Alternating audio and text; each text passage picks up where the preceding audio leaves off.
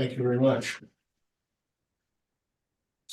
I'd like to call the meeting to order and acknowledge that we are in Treaty 1 territory, the home and traditional lands of the Anishinaabe, Ojibwe, Inuit, Cree, and Dakota peoples, and in the national homeland of the Red River Métis. Our drinking water comes from Shoal Lake 40 First Nation in Treaty 3 territory. I'm going to introduce the panel members tonight. We have via Zoom, Diane Knight and Kira Penner, and myself as chair, Michael Truglio. As the representative of the assessment department this evening, we have Kim Wong, and our administrative personnel is Tristan Breeden. To the Zoom participants of the hearing, please note that you are placed in the waiting room until your property is called upon. When it is your turn, you will be admitted into the meeting. Kindly follow along on the City of Winnipeg's Border Revision YouTube channel for the hearing process. Once the host admits you into the hearing, please close or mute your YouTube player. You will then be permitted to speak with respect to your property. Once your hearing has concluded, you can leave the meeting. We will be hearing application for a revision of the assessment roll in accordance with the Municipal Assessment Act. The matters for which revision is requested have been described in each application, and we will limit discussion to those matters. The statements that are made at this hearing are sworn testimony, and anyone speaking to the matters must be sworn in. Be advised that comparisons of assessment properties are not considered evidence of market value by the Board of Revision. The Board of Revision is appointed annually by council and is independent of it and the city administration. It makes its decisions based on evidence provided at this hearing and issues written order that will be mailed to all parties as soon as possible. Please note that the board's decision with respect to an application may be appealed to the municipal board, the Manitoba Municipal Board, if the matter pertains to assessed value or classification, or to Court of King's Bench if the matter pertains to the application of exemptions from taxation. Should you wish to appeal, information on how to do so will be included with the board's order. With respect to the hearing process, I will confirm the points of appeal with your property to be addressed with each applicant following the swearing in. We will then have the assessor's testimony followed by questions, and the applicant may have. And then the applicant's testimony followed by questions. Each side will have an opportunity to summarize if they wish. Once all of the evidence about the application has been brought forward, the applicant may leave. The process will repeat for each item on the docket today. The session will close after all the applications have been heard, and the board will deliberate in private and make its decisions. You will receive the board's decision by registered mail as soon as possible. As information, all public hearings are live streamed, recorded, and will be part of the public record. We'll be hearing items 1 through 6 on our docket today. Mr. Breeden, please affirm the assessor and the applicant's testimony. Mr. Assessor, please state your full name. Kim Wong. Do you affirm that the evidence you're about to give at this hearing is the truth, the whole truth, and nothing but the truth? I do. Thank you. Mr. Rack, please state your full name. Lyle Rack. Do you affirm that the evidence you are about to give at this hearing is the truth, the whole truth, and nothing but the truth? I do. Thank you. Mr. Wong, would you like to walk us through your presentation at this point? Yes. The subject property is 20 Valhalla Drive. The file number is 24-349. The roll number is 040-019-33000. The roll year is 2025, and the assessed value is $9,042,000. This is a residential apartment that's 6 stories high. It was built in 1968 and has 71 suites with 69 indoor parking stalls. On page 3 is a picture of the subject property with its location. It's It's just near Chief Peguis and Henderson Highway. On page 4 is some information on the subject property with some interior pictures. So just to read the first line, the abode is situated in a peaceful cul-de-sac. 20 Valhalla Drive is located in the desirable Winnipeg neighborhood of North Kildonan. The apartment building features renovated 1 and 2 bedroom suites that include balconies and a large fridge and freezer. So the subject property has been improved. On page 6 is our income valuation. We use average rents of $1,117 to get a potential income of $952,000. We use a 2.6% vacancy to get an effective gross income of $927,000. And we use a 46% expense ratio to get a net operating income of $497,000. Capped at 5.5%, we have an estimated market value of $9,042,000.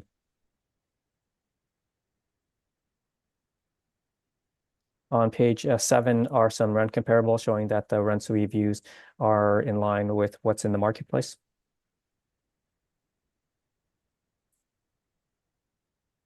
On page 8 is information on how we derived our cap rates, indicating that most of our cap rates range from 4.7 to 5.45%, but we do have some cap rates that are lower than 4.75 and some cap rates that are higher than 5.45. On page 9 are some cap rate sales. They range from 3.46% to 5.74%. I believe that these cap rate sales substantiate the cap rate that the model has applied for the subject property. On page 11 is a permit that was taken out in 2021 for some interior and exterior alterations to the apartment.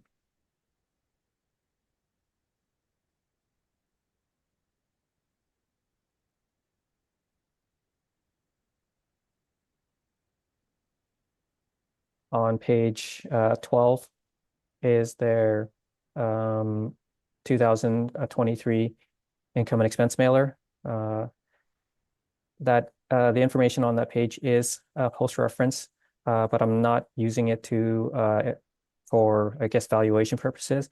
Aside to indicate that if you see the repair and maintenance figure in the middle of the page of $828,275, it's just an indication that they are improving the property, and so that's why that page is there. On page 14 and the remainder of the brief is the income and expense questionnaire submitted by the owner.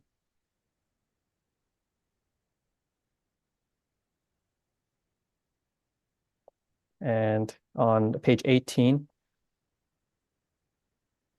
you can see that I guess they're operating at a negative operating income for 2020.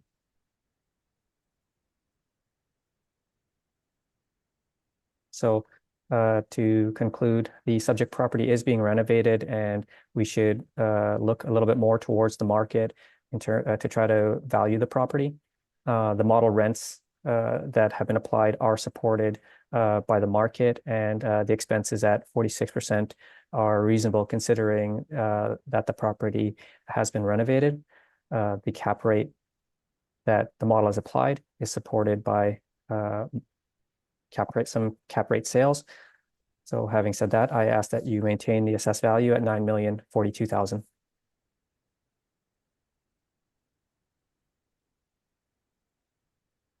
Thank you. Any questions for the assessor tonight, Mr. Rack? Yes, thank you. Can you turn to page 4? I just want to go to those pictures. So page 4, as we can see, you would agree that it's been maintained. The bathroom basically has basic finishes for the cupboards and the melamite countertop. Would you agree that's like a basic finish? Yes. And then in the same as the go to basic, the next page, page 5, the kitchen looks like a basic renovation with white appliances. It's nothing elaborate, correct? No.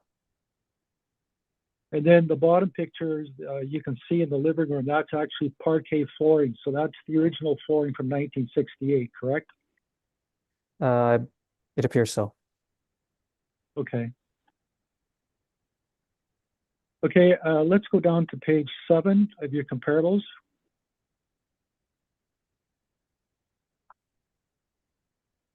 Are you aware that 25 Valhalla Drive, the rent actually includes a parking stall? I'm not aware.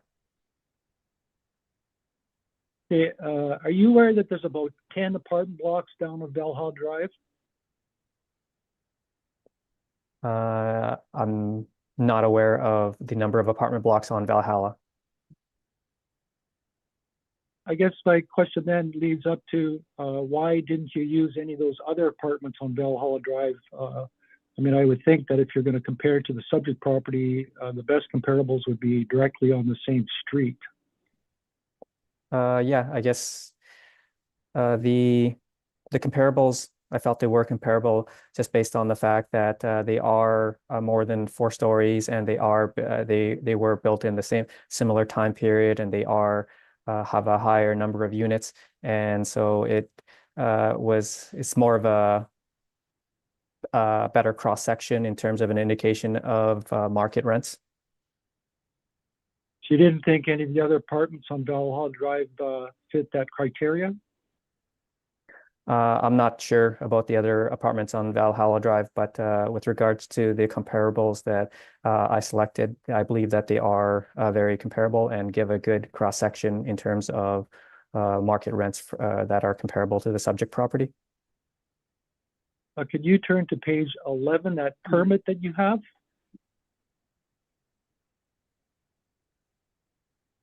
And you stated that it was for interior and exterior alterations. At the Yes. top box, that's just a general statement for the work that was performed on the apartment, but just below that, do not agree that it says description, structural repairs to exterior balconies on all floors? It does say that, yes. So that would mean that there was no renovations to the apartments inside, correct? I don't think that that's what that would indicate. It indicates that the description of the work was structural repairs to exterior balconies and on all the floors. But with regards to improvements to the property, I believe that they are including that in their repair and maintenance as indicated on page 12.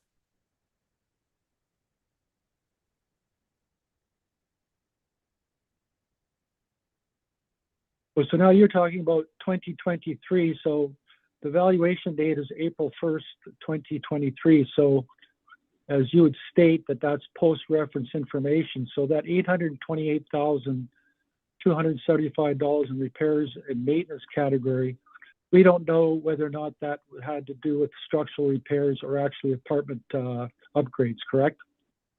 No, we don't. Okay, those are all my questions, Mr. Chairman. Thank you, Mr. Ritter.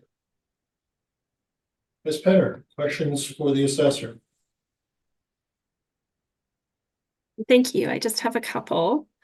On page 7, where it has the rent comparables, for the comparable listings, it indicates whether heat is included in the rent, but it doesn't make that indication for the subject. I just wondered if your average monthly rent that you're applying, would that be including utilities or excluding?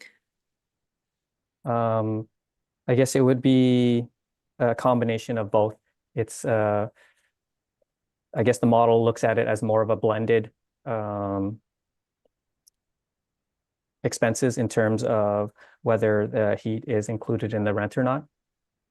So it's kind of like a hybrid. It's based off of information of properties that include heat and properties that don't include heat. So it would be, like I said, a hybrid, a type of situation for the subject property. Thank you for that clarification.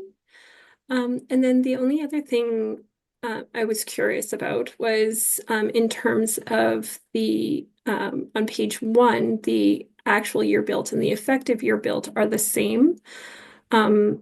If there's been work or improvement done to the building, would we not see that effective year built move up to reflect that? That would be correct. Normally, when we update property attributes for any property due to renovation work that's been done to the property, there would be a corresponding change in the effective year built to reflect work that's been done to the property. But for this particular situation, I'm not sure if the attributes have been updated. And I don't believe that there were any permits taken out for the work that's been done to the property, then that has been indicated by the description of the property by the property owners. Normally, the effective year built would be adjusted, but I don't believe that we've inspected this property, and I don't believe that we've updated the attributes to reflect a renovated building. But at the same time, the model's estimate based off of a 1968 building with a 1968 effective year built, it is supported by the market in this case. But yeah, normally the effective year built would be reflected, but I don't believe we've inspected this property.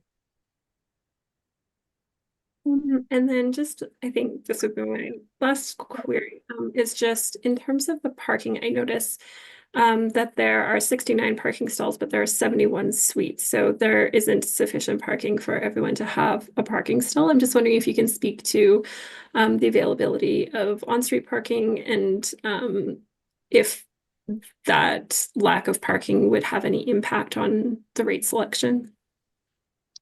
The difference, whether it's there being 69 stall counts for 71 suites, I'm not sure if that would affect the rental rate very, very much. I will let you know that the modeled rental rate is inclusive of other incomes such as parking, and so the model rent of $1,117 is sort of inclusive of parking income and other income. With regards to how it might affect the value, I'm not sure. I don't think it would affect the value very much. If the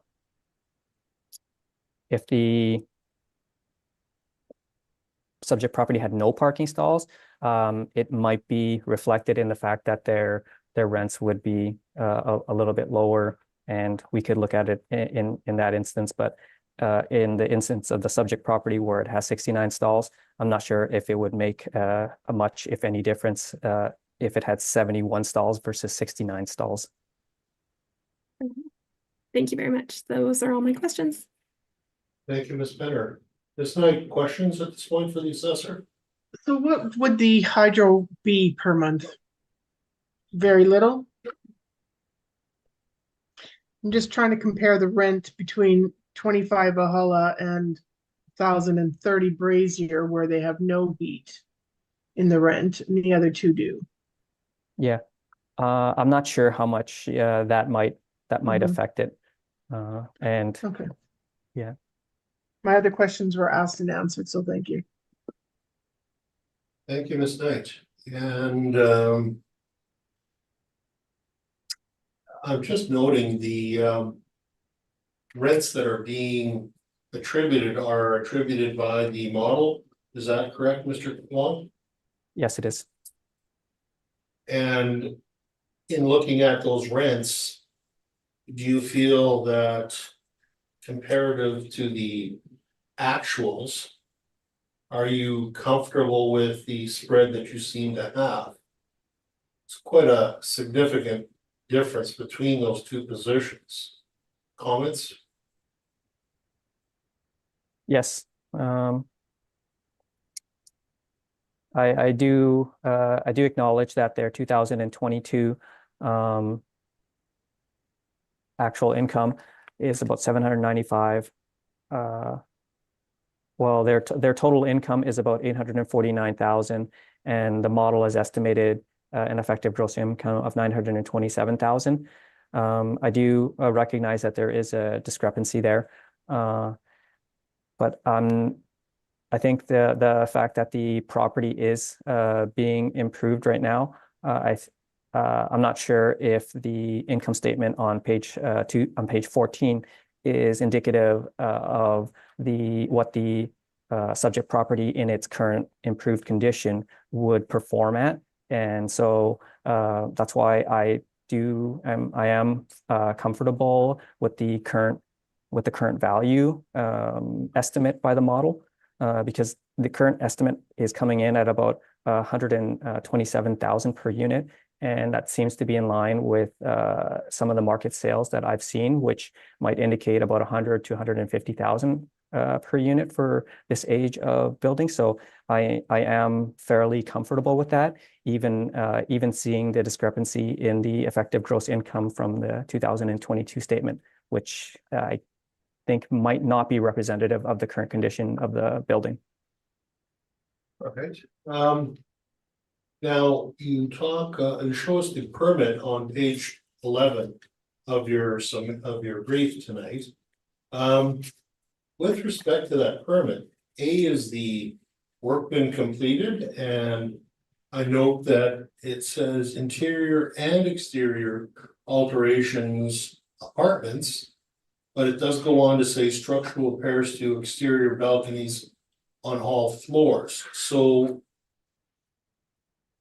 you believe that this is the beginning of an overall modernization of the building, or has there, you mentioned, I don't believe you mentioned that there was another permit or other permits that are shown for this property yet, correct? Yeah, I don't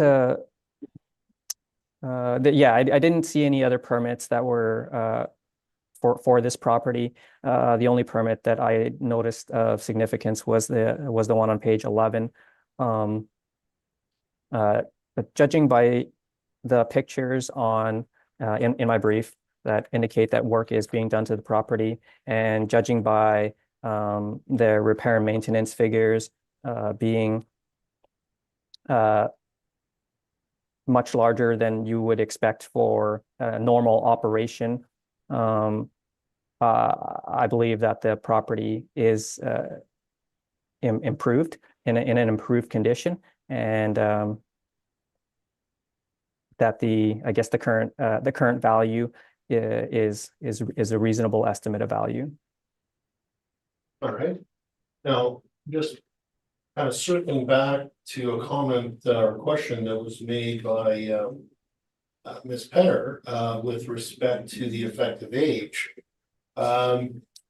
Considering that there are permits, or at least a permit, and your suspicion of that there has been additional works done to this property, seems to be in order for an inspection at some point, is it not? Yeah, the permit, it appears that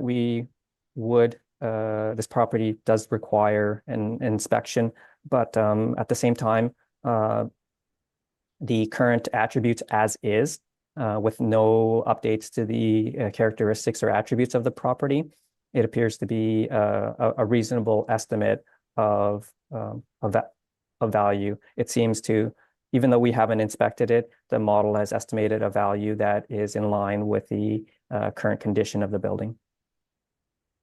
Those are my questions. Thank you very much. Mr. Rack, would you like to walk us through your presentation at this point, please? Yes, Mr. Chairman. So Take a look at page 1. You can see there's a picture of the apartment. And at the bottom of page 1, you'll see that the value went up $1,769,000 in 2 years. That's almost an $800,000 increase per year, which is unreasonable, doesn't represent what would happen in the marketplace when it comes to value and how an apartment block would increase in value over 2 years. Now, the gross rent can only increase by the tenancies branch allowable increase per year, which is about 2%. So once the rents are set, a 2% increase is the only way you can get higher rent for your apartments. So there's a limit. So if you go back to page 2, you will see that the assessor pointed out in his brief on how it was valued. And then you get on page 3 is the income and expense mailer. And if you go down to page 4, you'll see that the expenses for this year are $481,642. There's a history of expenses for 2018, 2019, 2020, 21, and 2022. So the average amount of expenses is $563,391. Some of that is upgrades to apartments, but you can see that the pictures that the assessor provided, and that's only one suite. Not every suite has been renovated. So you can see by his pictures that it's just an average renovation to basically maintain the quality that the building was originally built as. It's not the exorbitant, doesn't have any marble counters, or the floors haven't been replaced. It's just basic renovations. And when it comes to renovations, the only way the owner can get beyond the 2% is what they call, from the tenancies branch, is called a rehabilitation, in which you have to spend more than $10,000, $20,000 per unit to actually not be constrained by that 2%. So if the apartments were renovated, and that just meant replacing some covers, doing some painting, etc., and you don't go over that $10,000, then you can't increase the rent more than 2%. You can't apply to the rentals branch, tenancy branch, for an increase, but typically you have to spend more than $10,000 per unit. And when they say renovations, some of those renovations just meant replacing countertops and painting and putting a new fridge and stove in, depending on their age and condition.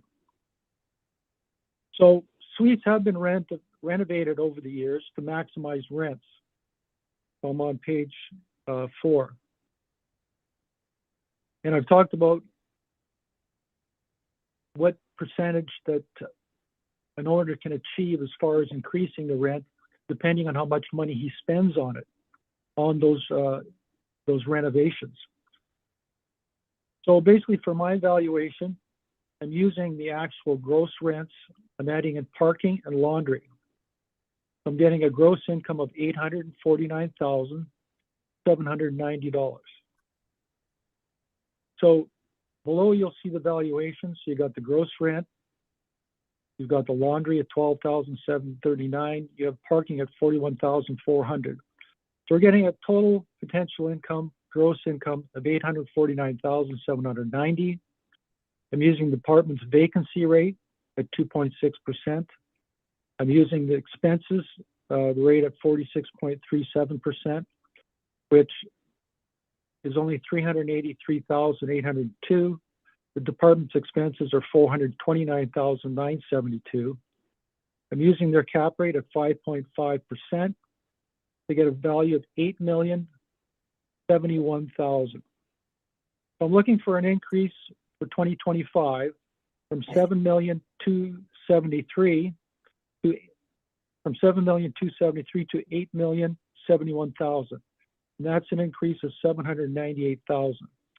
I think that represents more of market, because you can only get so much for a suite, and then you're constrained by that 2% per year. So even if you did go beyond of the allowable of 2%, and they did get an increase back in 2018, 2020, 2021, then you're locked into that 2%. So it has been renovated over the years, because if you go back to page 4, that's the last page of the income expense mailer, you'll see back in 2018 they spent $459,000. In 2019 they spent $920,000. In 2020 they spent $835,000. So those increases of rent, which may be attributed to those renovations under the renovation rehabilitation scheme, have already been accounted for. In 2022, those rent increases are already in there. But they did achieve higher rents because of the renovations. They've already been accounted for. So I believe that basically the actuals from the income expense mailer, adding in the laundry and the parking, is what that apartment block is achieving as of the valuation date. And any prudent buyer would be looking at these numbers to determine what it's worth, not what it would be worth in the future. And that's my presentation. Thank you, Mr. Rack. Mr. Wong, do you have questions for the appellant this evening? Yeah, just one. Regarding the expenses on your page 3, were in the years where it was in 2018 to 2021, normally I guess repair and maintenance might be at the top end about $2,000 per unit, which would put normal maintenance at maybe $150,000. I was just wondering what was involved in the repair and maintenance occurring from 2018 to 2021, if you know. I'm not sure of the total breakdown. I can tell you in 2023, as far as that 800,000 goes, I did go through 2022 and 2023, and within that amount, they spent around $100,000 on redoing all the landscaping and the sidewalks, which would be a capital cost. They also spent about $125,000 on caulking and sealing different parts of apartments, which would be a capital cost. And they also spent about $185,000 on the parkade. As you know, that the building was built in 1968 and it's starting to show wear and tear. But that's all I could tell you roughly. As far as those other years, I can't give you a breakdown. Okay, thank you. That's all my questions. Sorry, Mr. Rack, I'm just going to interrupt for a moment. You said the parkade was $150,000 was spent? I think I said it was about 180. 180, my apologies. And 125 for the caulking? Yeah, somewhere in around those numbers. I could look it up to tell you exactly what it is, but that was in 2023, which is post-reference. I was just basically talking about the 2023 that the assessor brought up, that they spent about $895,000 on maintenance and repairs. Thank you for the clarification. Appreciate it.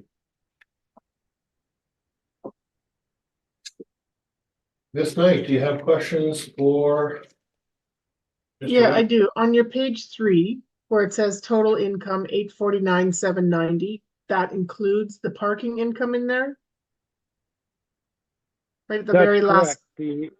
Okay. Yeah, if you go in that column, I saw your other 795, column. I just 580. wanted to confirm that that's what that meant on this form.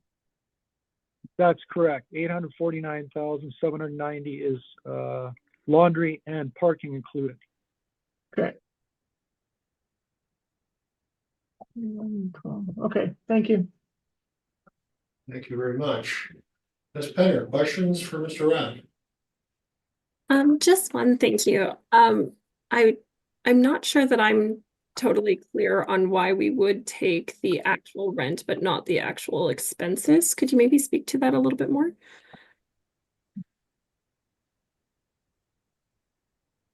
Yeah, I thought that the expenses that the department is using at 46.37% was reasonable. I have gone back numerous years. I didn't include it in my brief, but I have gone back numerous years to look at that. And the 383,820 at 46.37% is lower than the department is using, but then the rents for the apartment block are slightly less, or less than what the department's using. So it pretty well almost lines up. The expenses are a little more, but I did go through some of those expenses to find there's a couple that were capital costs. So I thought the department at 46.37% was reasonable over time. Thank you very much. Thank you. So just to be clear, you're agreeing with the 2.6% vacancy and the 46.37% for expenses? As well as the cap rate, correct? Correct. And your biggest beef is the income that you're using? Correct. Those are my questions. Thank you very much. Oh, sorry. Do you have an idea of how many suites have been in fact renovated at this point? No, I don't have an exact number. It's been done over a number of years because anytime you renovate a suite, you're losing income. Plus, it does cost money to actually get someone to leave. So typically, you basically have to wait till people's leases run out, and then you can go in and do renovations. But they've been doing renovations. I mean, I've got numbers down to 2018. They've been doing renovations for probably over the last 8-9 years as suites become vacant. Would you say the majority of the suites now are renovated? I can't speak to that exactly. I'm not 100% sure how many have been done. Those are my questions. Thank you. Any summation? Oh, sorry, Mr. Rack, did you have rebuttal that you wanted to share with us? Yeah, the rebuttal, there's just one page, and it's, if you open it up, you'll see it's for 25 Valhalla. And this is from their website. Just have to find it, sorry. Hang on a second, Mr. Rack. Tristan? Yeah. You got it in there already? It will be there in just 1 second. Okay. Just getting it loaded up.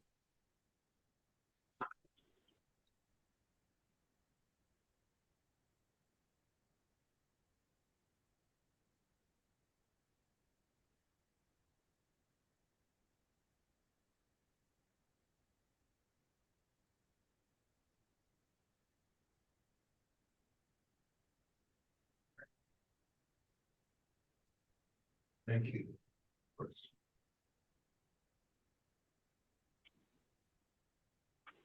Does everyone have the rebuttal page? It's just one page. I believe it's just one page. Okay. Mr. Wong, do you have your copy? Trying to refresh, and it's not quite there yet. Okay, no worries.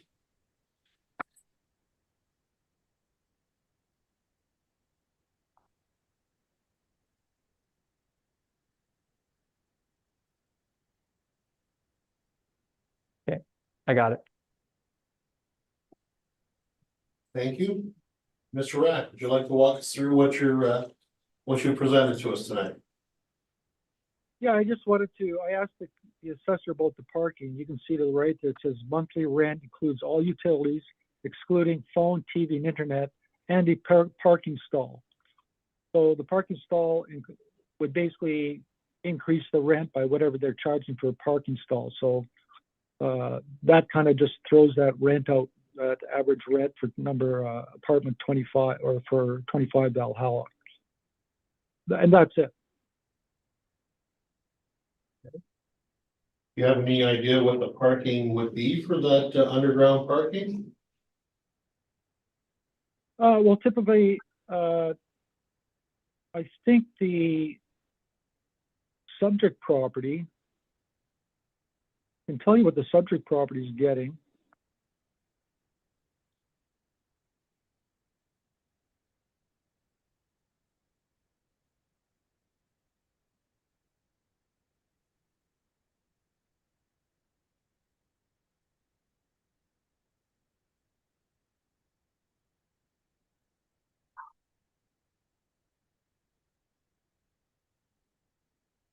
The subject property is getting $50 a month for parking. 50? Is that what you Yeah. said, Mr. Rack? 50? Yes, 50. Thank you.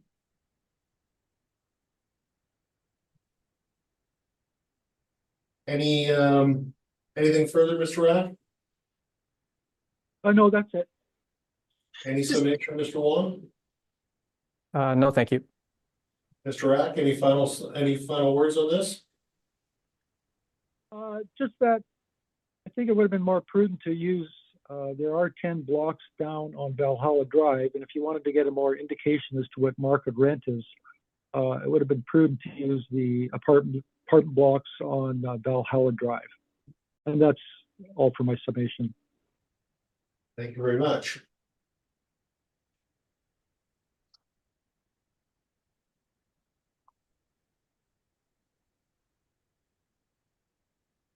Well, Mr. Wong, would you like to walk us through the next property at 1060 Brazier?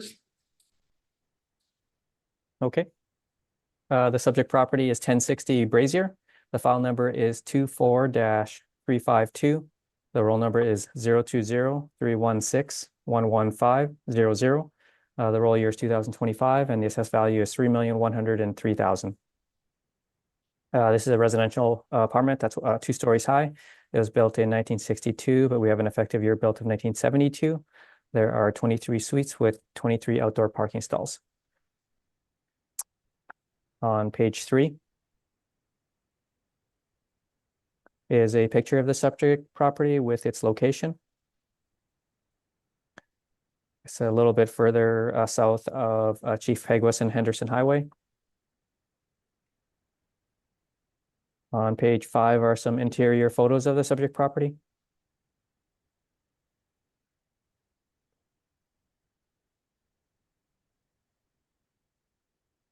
On page 6 is our income valuation. We use average rents of $23, or sorry, $1,043 to get a potential income of $288,000. We use a 2.6% vacancy to get an effective gross income of $280,000. And we use a 45% expense ratio to get a net operating income of $153,000. Kept at 4.95%, we have an estimated market value of $3,103,000. On page 7 are some rent comparables showing that the rents we've used are in line with what's in the market. On page 8 is a revised value estimate. Their income is a little bit lower than what the model is indicating. Using their rent potential of $275,000 and the model vacancy at 2.6%, their effective gross income is $267,000. And using the model expense ratio of 45%, their expenses are $121,000, giving a net operating income of $146,000. That's a little bit lower than what the model is estimated. But capping that at 4.95%, the value estimate is $2,964,000, and I'd like to revise the assessed value to $2,965,000 or 64,000, sorry.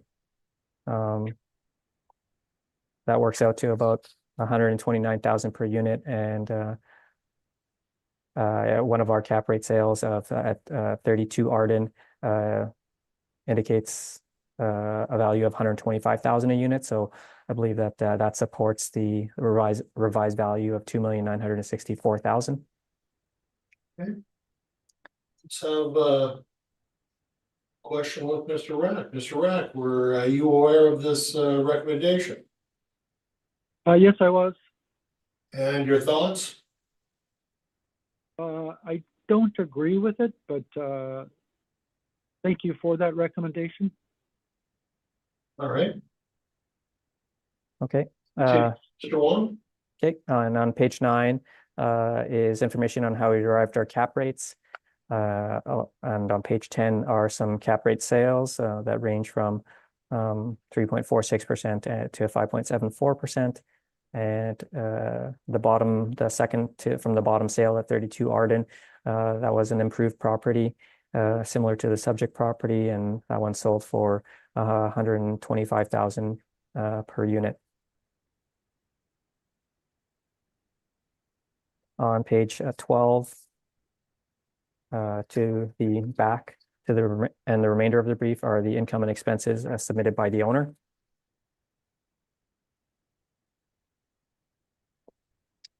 So the revised NOI is in line, utilizes their actual rent, and the model cap rate is supported by market sales. The revised estimate of value is supported by the sale of 32 Arden at 125,000 a unit. So I ask that you accept the revised value of 2,964,000.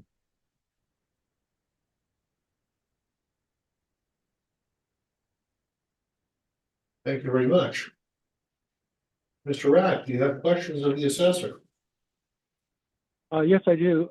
Could you go to page 6 with your valuation workup?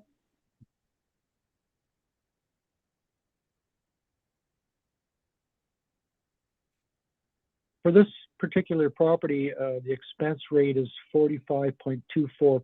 Would you not agree that if you looked at a number of apartments, some of the expense rates would be higher, a higher percentage, and some would be lower percentage? Yeah, that's usually the case. Today you supplied within your brief information supporting evidence for the cap rate.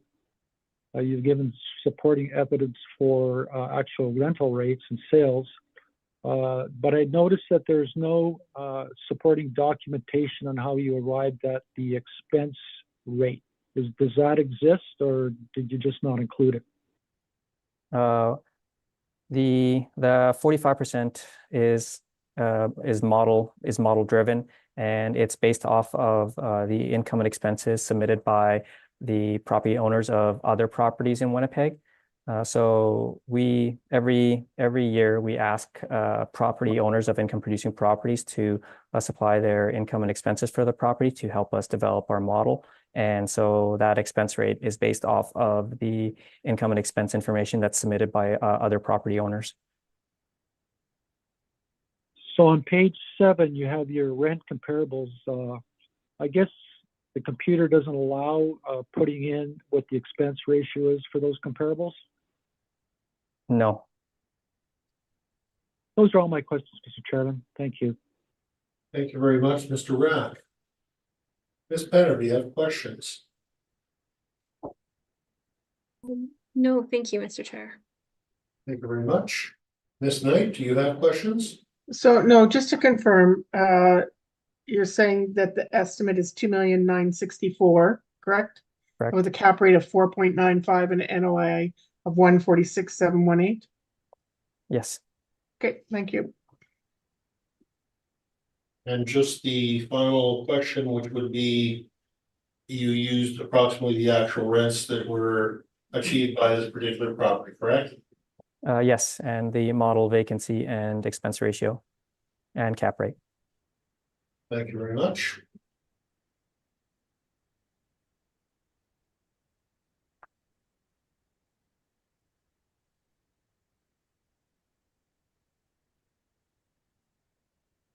Mr. Rack, would you like to walk through your submission this evening?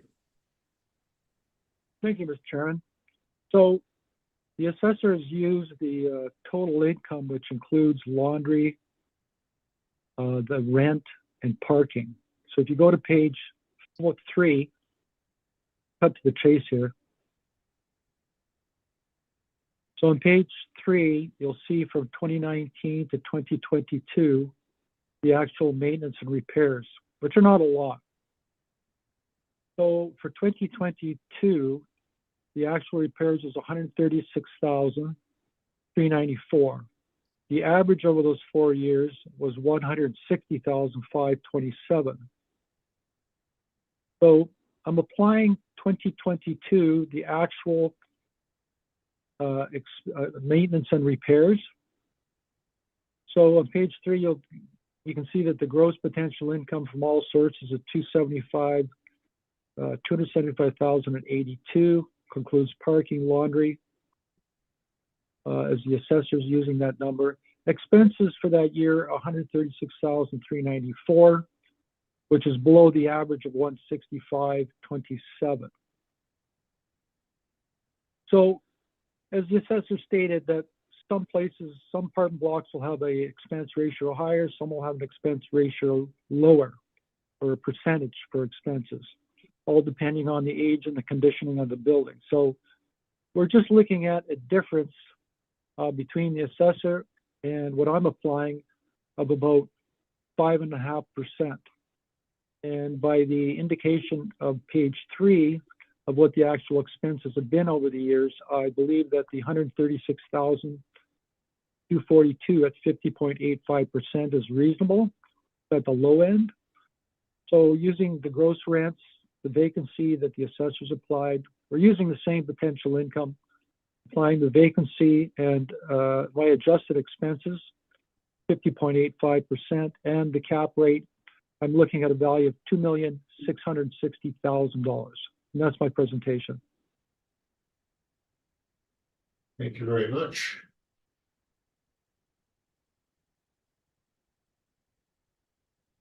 Mr. Wong, do you have questions for the appellant this evening? Yeah, the just on your page 3, I guess for 2022 and 2021, it's at about 125 and 30 and 136,000. But in 2019 and 2020, I would say it's noticeably higher. I was just wondering if if there's any capital expenditures in those years. No, there aren't. Okay, that would be all my questions. Thank you very much. Ms. Knight, questions? Yeah, the expenses show 136,394. And you've used 136,242, is that right?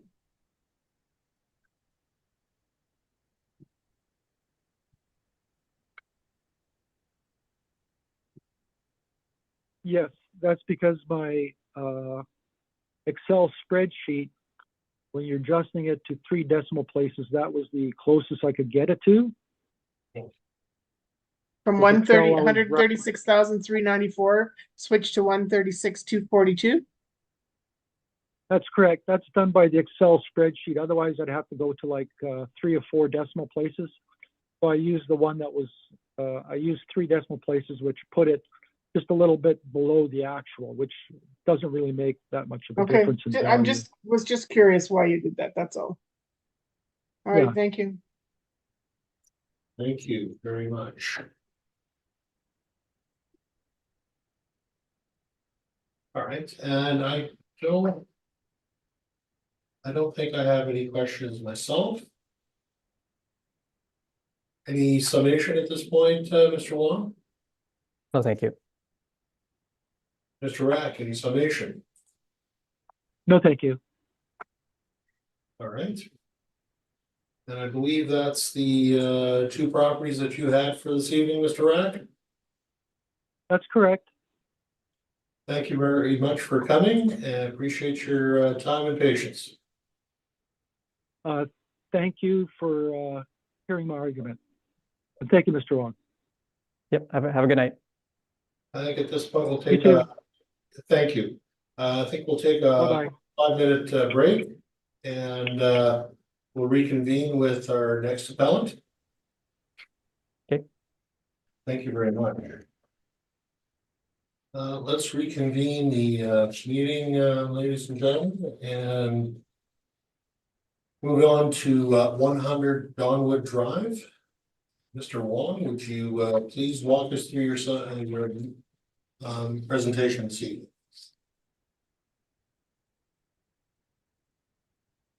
You're muted, sir.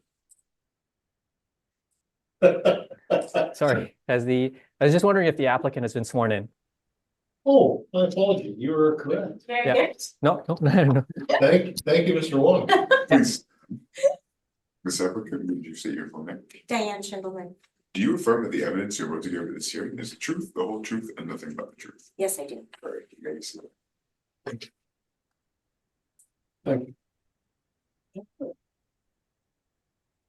Go ahead, Mr. Wong. Thank you. Okay, the subject property is 100 Donwood Drive.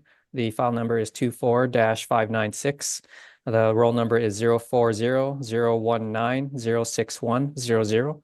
The roll year is 2025, and the assessed value is $5,540,000. This is a residential apartment that's 3 stories high. It's built in 1976, and it has 42 suites with 43 outdoor parking stalls. If you go to page 3, there's a picture of the subject property with its location. Once again, it's located near Chief Peguis and Henderson Highway. And on page 4 are some interior pictures of the subject property.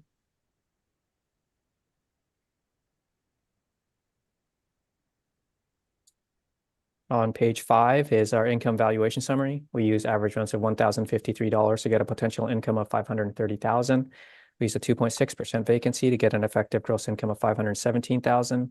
And we use a 45% expense ratio to get a net operating income of $279,000. Capped at 5.05%, we have an estimated market value of $5,550,000.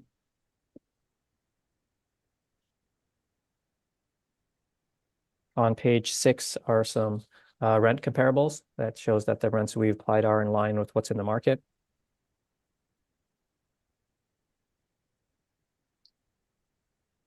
On page 7 is information on how we derived our cap rates, with the majority of cap rates ranging between 4.75 and 5.45%.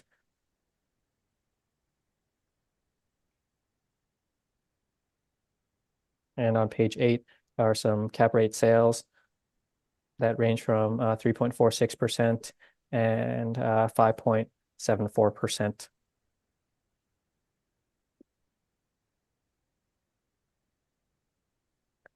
On page 10 is the income statement for the subject property.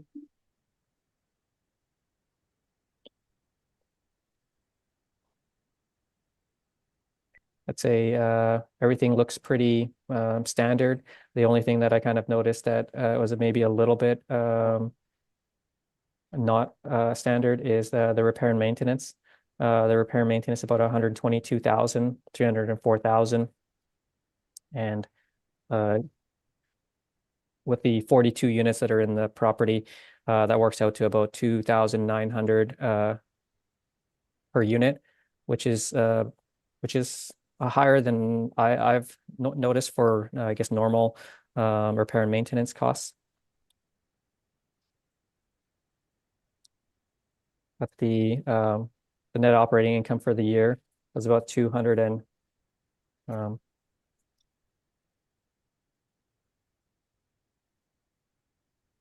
about $267,000. That's about 12,000 lower than what the model has estimated, but considering that the repair and maintenance is a little bit or is on higher than what I feel is normal, I feel that the model's net operating income of $279,000 is supported.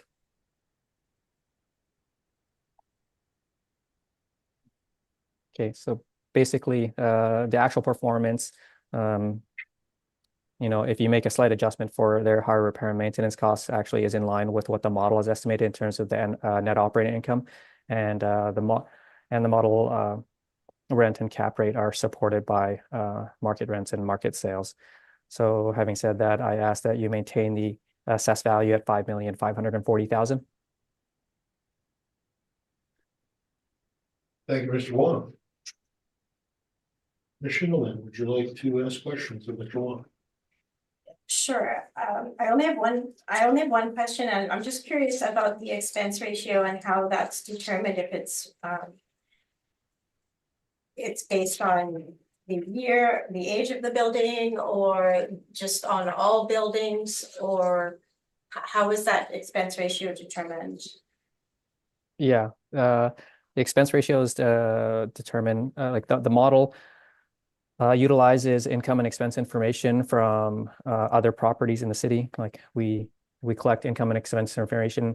We ask the income and expense information from all the commercial properties in Winnipeg, and that information is entered into our model, and the model considers that information.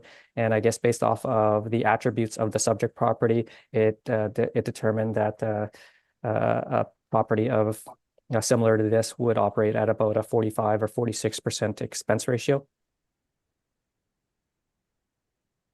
So if there was some odd things about a property, like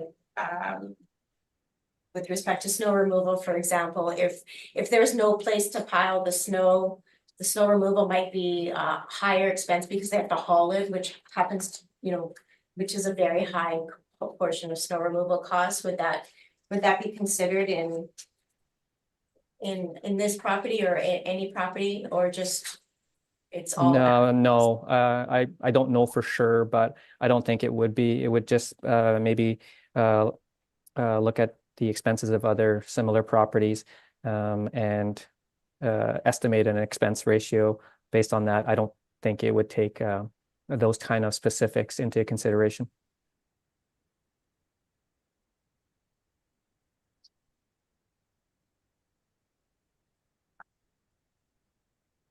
So the specifics of the subject property for expenses are not really considered in valuation. No.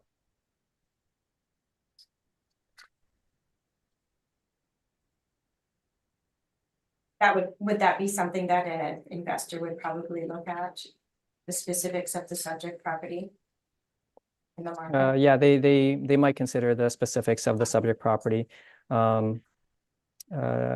where maybe they might consider higher expenses for snow removal. But I mean, at the same time, they could also consider other areas where they might feel that they would be able to operate the building a little bit more efficiently. So, it's it's a little bit like potentially splitting hairs if you're gonna potentially increase the expenses for it may be snow removal. Other areas could be reduced by a potential, I guess, investor. Okay. Did you notice that the vacancy rate used in the model versus the actual vacancy rate for the 3 years of the financial statements that were included is somewhat lower? No, I don't believe the model considered the actual vacancy of the subject property. But even having said that, it's like the model's estimation of the net operating income is about 12 is probably only about 12,000 higher than what they might have taken in for 2022 and 2020. So I feel that the model is fairly close, in terms of an overall estimate, and especially considering that the repair and maintenance does appear to be a little bit higher than what might be normal in terms of a market apartment building, which is one of those things where maybe a potential investor could say, it's like, I might be able to operate this place at a lower expenses than what might have been indicated in their 2022 income statement.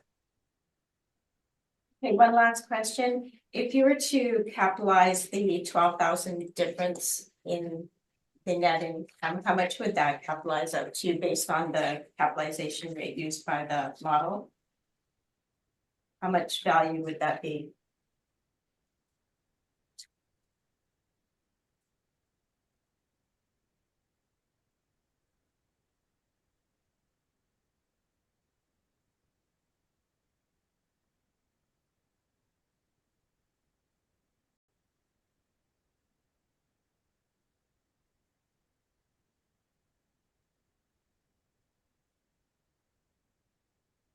About 238,000.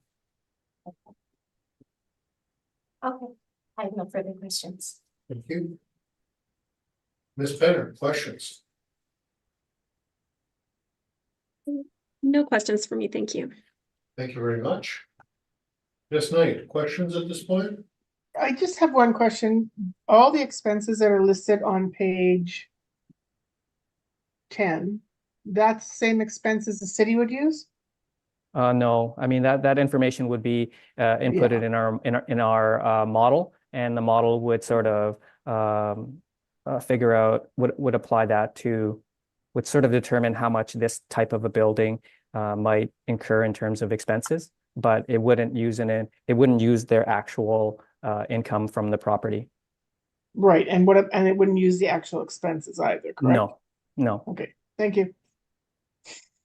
Thank you very much. I have no questions. Ms. Schindler, would you like to walk through your presentation? Sure, and then I have the ballot, right, so that's later. Yeah, we'll do that at the very end. Okay.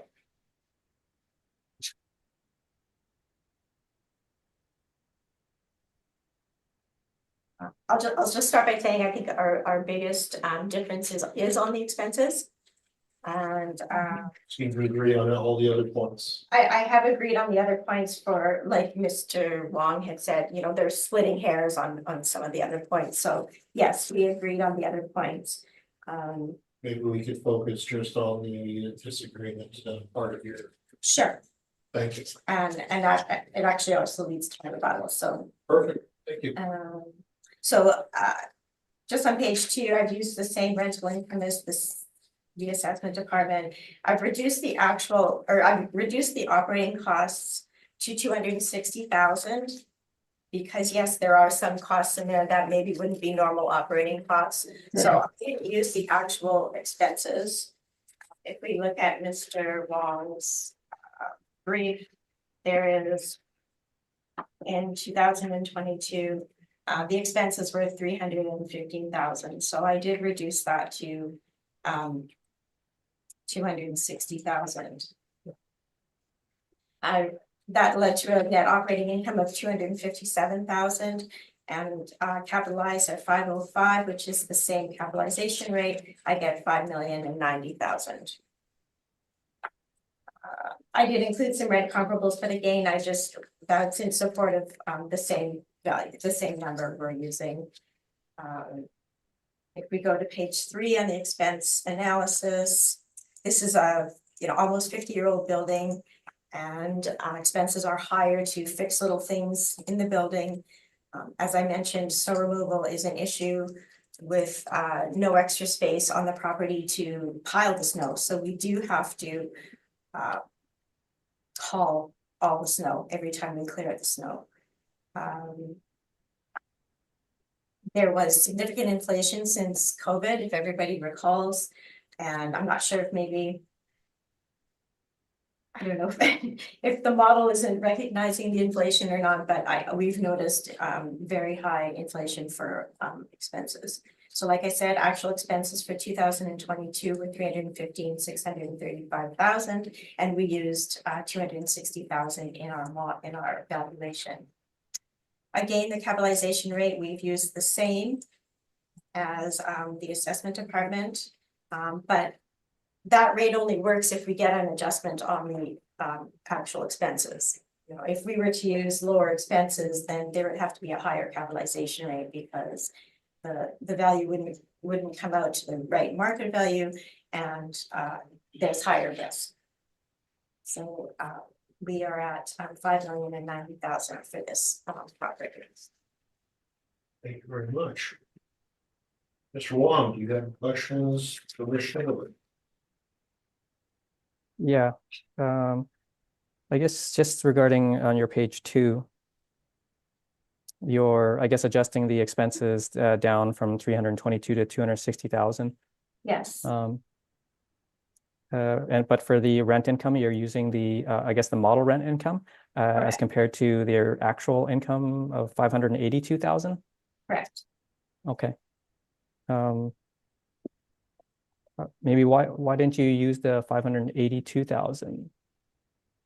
Because I feel like the rental income, the model rental income was more appropriate, and when I looked at the rent comparables on my page 2, I found that the rents were lower in the market.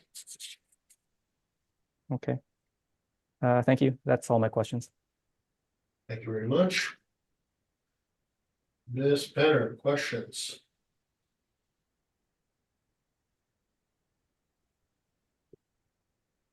No, thank you. I don't have anything.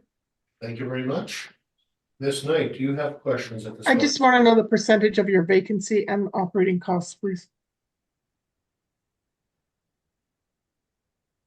The vacancy rate that I used, Mm-hmm.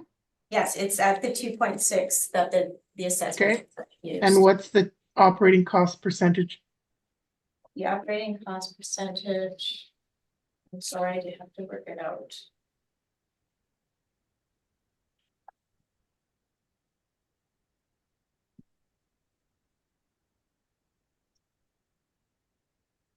It's 50% on the operating income after vacancy. Is that how I do it? I believe so. Yeah, so it's 50%. Okay, thank you. And I have no questions myself at this point. Rebuttal? Thank you. Does everybody have it, the rebuttal?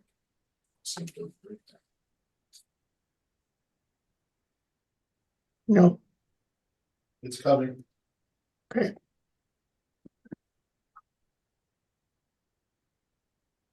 And Mr. Sherman, you had said that there are rebuttal on each of the 4 properties you have. Yes.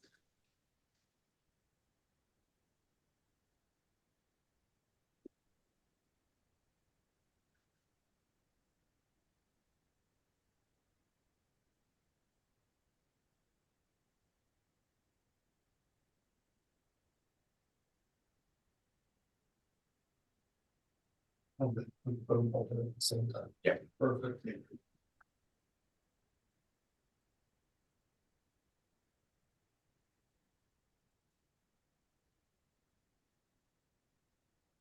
You have it, Mr. Wong? Not yet. Ladies, Just checking. thank you. It should arrive in the box right away, Kevin.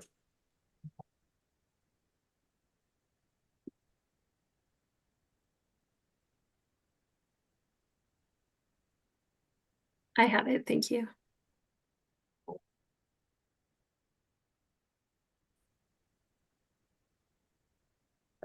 Ms. Knight? I'm just checking here. Okay. I have mine. You just get 358 Enfield Street, so I'm not sure that's the one we want. It's it'll show as 24-596 applicant rebuttal. On the Got it now. Yeah, way down. Okay, I got it now. we're good? Yeah, Thank you very much. Ms. Schindlerman, would you like to walk through that quickly for us, please? Yes, I just wanted to point out that of these total expenses for this particular year, there was a replacement of flooring of 29,738. So if I reduce the total expenses for this year by that number, I still get expenses of 285,896 for the year. And in my brief, I've used 260, so. And you can see, I also wanted to point out the significant snow removal. That was just something I wanted to point out for this particular building, and that's everything. Thank you very much. Much appreciated. Mr. Wong, any questions?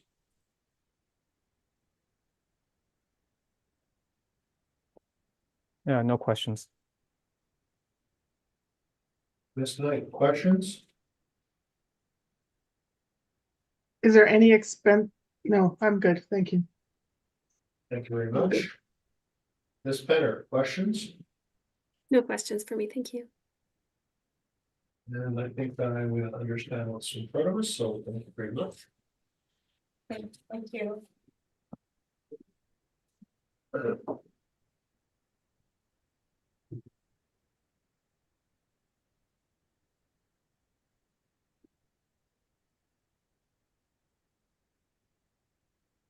Go on, would you like to walk through your presentation for 597 Jefferson Ave? Yes.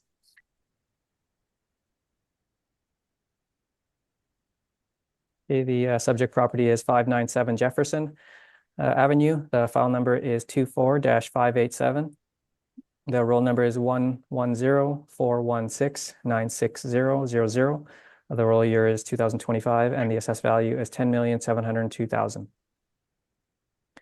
This is a residential apartment that's 11 stories high. It's built in 1971, and it has 121 suites with 150 outdoor parking stalls. On page 3 is a picture of the subject property with its location. It's just east of Jefferson and McPhillips.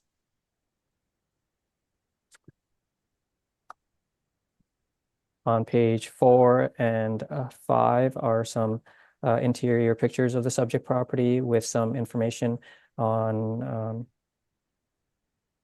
the suites.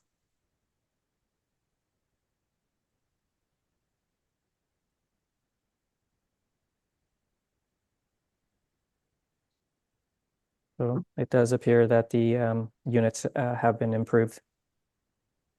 On page 6 is our income valuation. We use average rents of $924 to get a potential income of $1,341,000.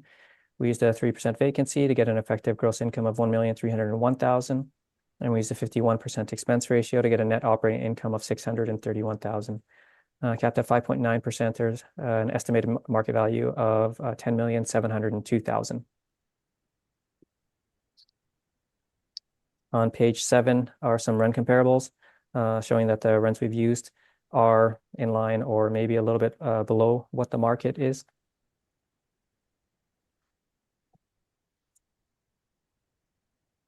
On page 8 is information on how we derived our cap rates, and on page 9 are some cap rate sales that range from 3.46 to 5.74%.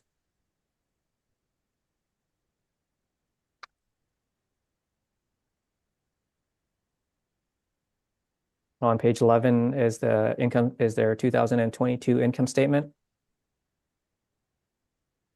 I guess some things of note are there being a 2.1% vacancy, so vacancy seems to be relatively normal. But when you look at the bottom for their net earnings, it's a negative 347,000, and I guess that's primarily due to some of the repair and maintenance and the other non-recoverable expenses. So appears that the property is being improved.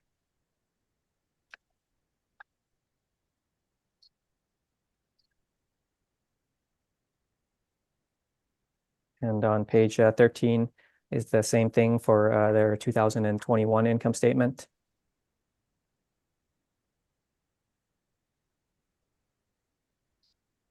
Their net earnings was negative 450,000, and on page 16, it's the same thing where their net earnings is negative 859,000.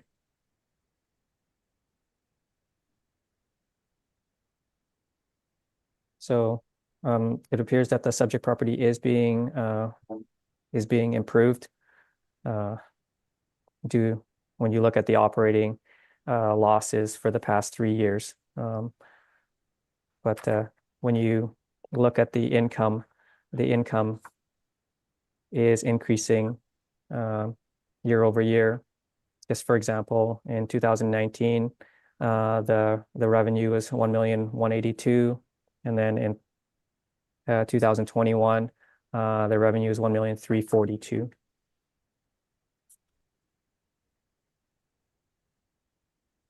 And for 2022, their income is 1,462,000. So their income is increasing significantly, and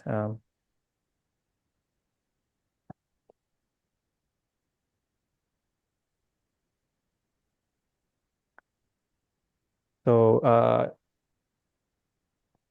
when you if you look at their on page 11, if you look at their potential income, or their actual income of their actual income is about 1,454,000, and that's about 100,000 higher than what the model is estimated at 1,341,000. So it appears that their actual income is much higher than what the model is estimating. And when you look at the model expenses at 51%, 51% is reasonable for a building that's been renovated. And regarding the model cap rate at 5.9% is a reasonable cap rate and is supported by market sales, which might indicate a cap rate being a little bit lower than 5.9%. So having said that, I ask that you maintain the assessed value at 10,702,000. Thank you. Questions, Ms. Chairman, of the assessor?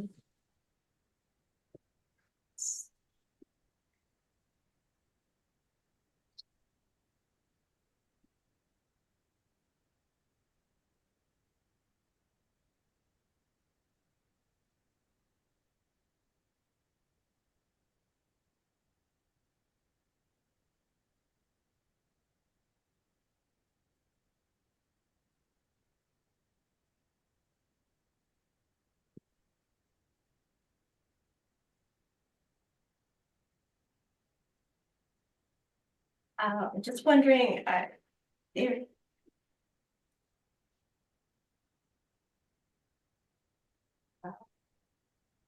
If any of, once again, the expenses are. A question, I was wondering if you determined from the financial statements that were provided, whether the expenses that would be a little more normal for this property other than what the model. You didn't ask any questions of us, or was that something that might have been important to do? The expenses that were provided, I guess they weren't very detailed, and I mean, just looking at them, it'd be hard to determine what was capital and what is normal operating expenditures. But when consider for the subject property, the model is assigned a 51% expenses, and typical apartments might operate at that, maybe slightly lower. And so considering that the property is improved, the 51% that the model is applied is, it appears reasonable.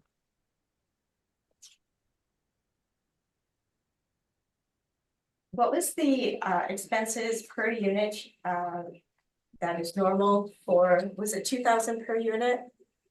Is that for repairs and maintenance? It might range between about maybe 700 to about maybe 2,000. A lot of times when I see repair maintenance figures that are above that, they typically include some capital expenditure, but you know, that's not always the case, but that's what I've seemed to see. So in the workup, there is no detail as well on the expenses. Do you know how much per unit the repairs and maintenance in this expense number would be of the 670,206 on your page 6? No, it's not broken down in that way. Okay. I have no further questions. Thank you very much. Thank you. Ms. Knight, questions? No, sir. Thank you. Ms. Penner, questions? Just one, thank you. I was curious to know, I noticed that the cap rate is higher than the comparable range that is presented, and I just wondered what would facilitate a selection or a cap rate selection above the indicated range. Yeah, the cap rate sales that we presented there's some examples, and they don't, I guess, they're not inclusive of all cap rates in the market. The 5.9 for the subject property, I don't know this for sure, but as far as I can tell, some of the larger properties are getting being assigned higher cap rates. In my experience, I would that's a 5.9 that the model is applied, seems a little bit on the high side. I'd probably think it'd be more in the line of like 5.5% for this age of building, but yeah, the model is applying a 5.9% cap rate in this particular instance, and I think it's due to the larger nature of the property. So there's no discernible characteristic of the building that would drive that cap rate up. It's just coming from the model. Yeah, the model is assigning it, and I don't know how the model assigns the cap rates for all the properties, but like that's what I've noticed, that some of the larger properties are getting higher cap rates. Okay, that's all for me. Thank you. Thank you, Ms. Penner. Mr. Wong, I'm just curious, again, this building appears to be renovated throughout. Is that a fair statement to make? It appears so, and especially considering looking at their income and the expenses over the past 3 years. Okay. But it appears that the department hasn't done an inspection on this. Is that correct? Yeah, I don't believe we've inspected this property for the work that's being done to it. Yeah, I don't believe we've inspected the property. And then as a result of that, effective age has not been recalculated on this property at all, has it? Yeah, if we were to inspect this property and we see that there have been improvements made to the property, we would likely make an adjustment to the effective year built to reflect those improvements. Maybe it's time, sir. Yes. Those are my comments and questions, I should say. Shillman, would you like to walk through your presentation, please?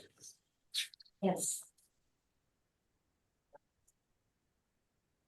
I really just have one major difference. However, this is a very unique property, unique building, and so I am still going to go through everything in my brief. That's fine. So on page 1, the building actually sits on a land lease, and so one of the larger expenses in the expenses is the cost of the land lease, and what that means is the owner owns the building, but Canada Life owns the land. And so there's a long land lease in place, which goes to the year 2070. And the cost of the lease, there's a large calculation to go with the cost of the lease.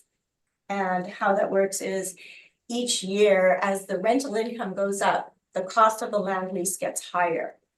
And so that reduces the net income each year. So between 2023, the reference date, and 2070, the actual value of the building is going to approach 0 because the land lease payment will get higher and higher each time. And because the lease in 2070, there is no more lease, then the owner basically has a building that has no land, and so the building goes back to Canada Life. It goes to Canada Life, not back to Canada Life. So it is a unique situation, and perhaps that is the reason for the slightly higher cap rate would be my guess. We've presented this information many times to the assessment department, so it is known. So I realize buildings are assessed for how they are, but in this particular situation, it is very unusual. On page 2 is just the income workup. Once again, I've used the same potential income as the assessment department. Operating costs or vacancy at 3% in accordance with the assessment department, and operating costs are reduced down to 730,000 from the actual on the financial statement, which I will get to next. Net operating income of 571,624. I've used the same cap rate at 5.9, and the market value calculates out to 9,689,000. Page 3. I've included a couple of rent comparables just to show the market rents in around the area, same street on Jefferson and close by on Charles Street. And so I've used the same market rents. The vacancy is similar, as the assessor also mentioned. Okay, so the expense ratio is much higher for this property, and this will explain why. The rents are basically gross rents in this situation. They include water, electricity, heat, and enhanced cable and parking. So in 2022, the cable bill was $81,000. So that wouldn't be a situation in most other buildings. Most buildings have either very basic cable or they just arrange for the cable and the tenants pay the cable directly themselves. So that's a big difference. And that would be something that an investor would look at when they're looking at the valuation of this property.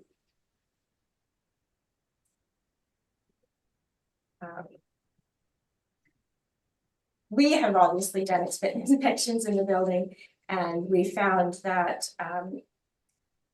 when this building was purchased, it was absolutely original, completely original. Nothing had been done in the building. So yes, we began renovating the building, and presently 40% of the building is renovated. 60% of the building is not renovated. They are still in their absolute original condition. When doing the inspection, we determined that tenants have many fridges and freezers in their suites. They leave TVs on, and these old fridges and freezers are very inefficient. And so the electric bill is much higher. They don't pay electricity, so there's no incentive for them to conserve energy in this particular case. Again, just some other things that were noticed upon inspection was windows were left open with air conditioning on, and fans are being used in addition to the air conditioning. And anyways, like I said, it's not being, no one is trying to conserve energy there. We tried to consider metering, individually metering the building, but again, the cost is prohibitive, and this number is actually from 2021 is $1 million. So that's not, it's just prohibitive.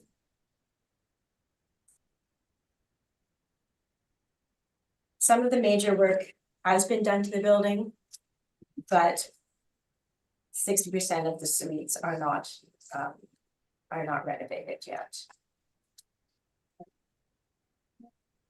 We have 2 maintenance staff every day in the suite. There's still lots of fixing because the suites are older. I've included some photographs at the end, which we will get to, and we will see that kitchen cupboards in the 60% of the suites are original old, counters are old, and things are in disrepair. And so the day-to-day maintenance of those 60% until we get them renovated is going to be costly.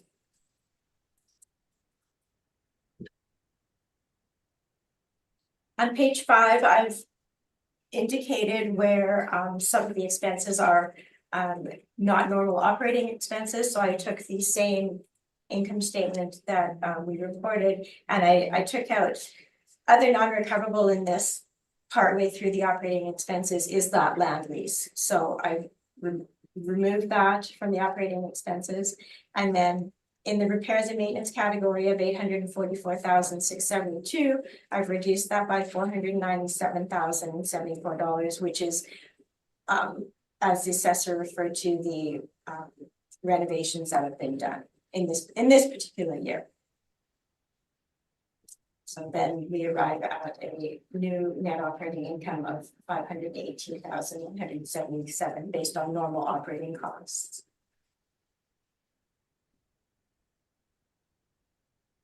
So the new expense number is $936,000. That's actual normal operating expenses, and in this valuation, I used $730,000 because again, I'm trying to bring it more in line with the market. The capitalization rate, again, we've agreed with the capitalization rate, and that's as long as we have the adjustment for these expenses as I've outlined.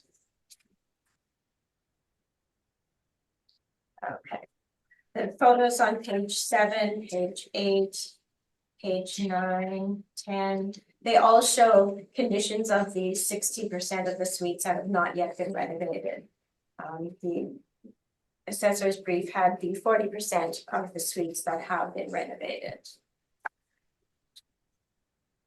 You can see that this appears to be original, and you can see the extra freezers and fridges and that sort of thing.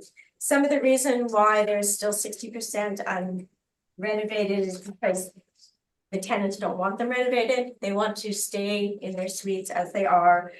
They're not ready to, they don't want to move out. They don't want, even if they don't have to move out, they don't want the hassle of the repairs.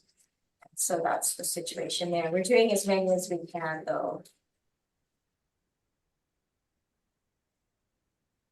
So sorry, the pictures are very similar. They just keep going and just showing that. So if we go past 29, page 30, page 31, 32, 34, 35. Oh, I think that's everything. 36 and 37. So that's basically, like I said, how the other suites look. So that's my presentation. Thank you. Mr. Wong, questions? No questions. Thank you. Ms. Penner, questions? No, I think all my questions have been answered. Thank you. Thank you very much. Ms. Knight, questions? So this boils down to expense rate again? Yes, basically. And I'm just shocked at the freezers, but I mean, I have a freezer in my condo too, but anyway, that's just another story. Thank you. I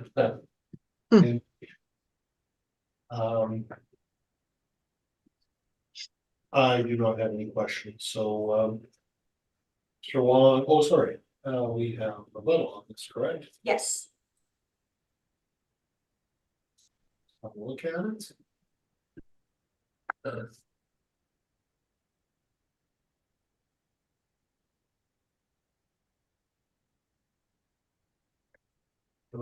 Has everybody got it this time? Yeah. What unit number is this one? I believe this is 587. 587, thank you. Thank you. Mr. Wong, do you have the file, sir? Yes. Ms. Penner? I do. Thank you. Thank you very much. Ms. Schulman, would you like to walk through your rebuttal, please? Yes, on page 1, it's similar to the last property. I just printed out the details so you could see the non-operating expenses that I've reduced the total expenses by. So there was some counters and cabinets and flooring. 243, that was for elevators. And the balance, the total reduction was $497,074. And that left total repairs and maintenance in this particular year of $347,000. I didn't, in my rebuttal, I didn't include the other 2 years that Mr. Long had in his brief. But the similar other non-recoverable portion in the 2021 year is the land lease, so I took that out. And in the repairs and maintenance, there was of the 972,000 in 2021, I removed 727,876, and I arrived at the 200 repairs and maintenance of 244,000. So this works out to around the 2,000 per unit. And then similarly with the 2019 financial statement in Mr. Yuan's brief, I've removed, if I remove the non-operating expenses of $1,065,674, and I remove the land lease, I arrive at expenses of $762,366, and actual repairs and maintenance of $216,000. So that's less again than the $2,000. So by using my $760,000 in my brief, I've basically supported it by the adjustments to the financial statements, taking out the non-normal operating expenses. That's everything. Thank you. Question of Mr. Wong? No, but I guess maybe just with regards to the your main brief, I guess once again you're using the models for gross potential and not their actual gross potential, which is a bit higher. Correct. Okay. Thank you. That's all my questions. Thank you. Thank you. Ms. Knight, quick questions at this point? Yeah, you just said you're using your expenses as 760,000, but you're actually using 730,000. Oh, whoops, correct? did I say 60? Sorry, that was Yeah. just great. Yeah, Okay, sorry. good. That's Yeah, all. Thank you. correct. Yeah, Thank you. correct. Thank you. Ms. Penner, any questions? No questions for me, thank you. Thank you very much. And I have no further questions at this point.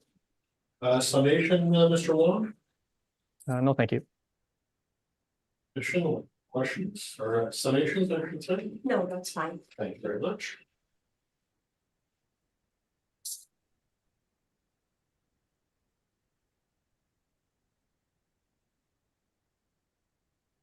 Mr. Wong.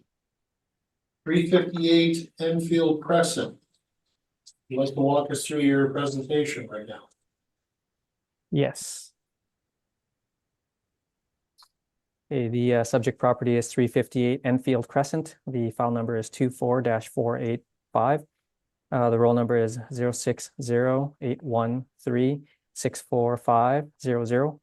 The roll year is 2025, and the assessed value is $7,390,000.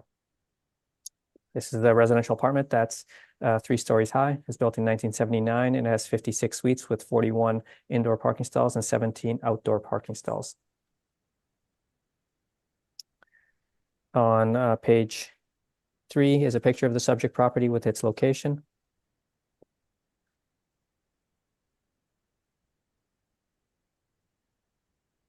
On page 4 is our income valuation summary. We use average rents of $1,043 to get a potential income of $701,000. We use a 2.6% vacancy to get an effective gross income of $682,000. And we used a 45% expense ratio to get a net operating income of $373,000. Capped at 5.05%, we have an estimated market value of $7,390,000. You're making a recommendation on this, aren't you, Mr. Wong? I am. On my page 1, their actual income is a little bit less than what the model is estimated. The model is estimated at a net operating income of about $373,000, but their actual net operating income, as indicated on page 10, is about $358,000. So using the model cap rate of 5.05%, I'd like to recommend a revised value of 7,107,000, based off of the NOI of 358,000. Ms. Schindler, do you have some thoughts with respect to this revised value?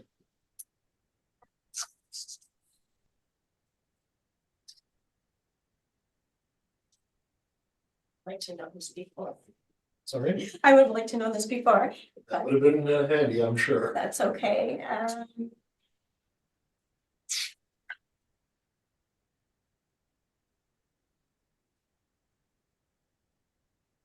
Where did you do the recalculation on that, Mr. Wong? Yeah, if you look on my page 1, it's just based off of the net operating Yes. income from their 2022 statement on page 10. Okay. Gotcha. So that's the only change that you made is just the operating income. Everything, all the other percentages are the same, I'm guessing. Well, it's just pretty much their operating income using the model cap rate. Right.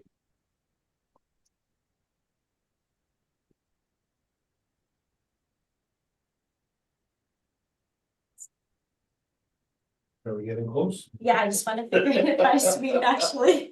Thank you. Sorry, I don't need to rush. That's okay.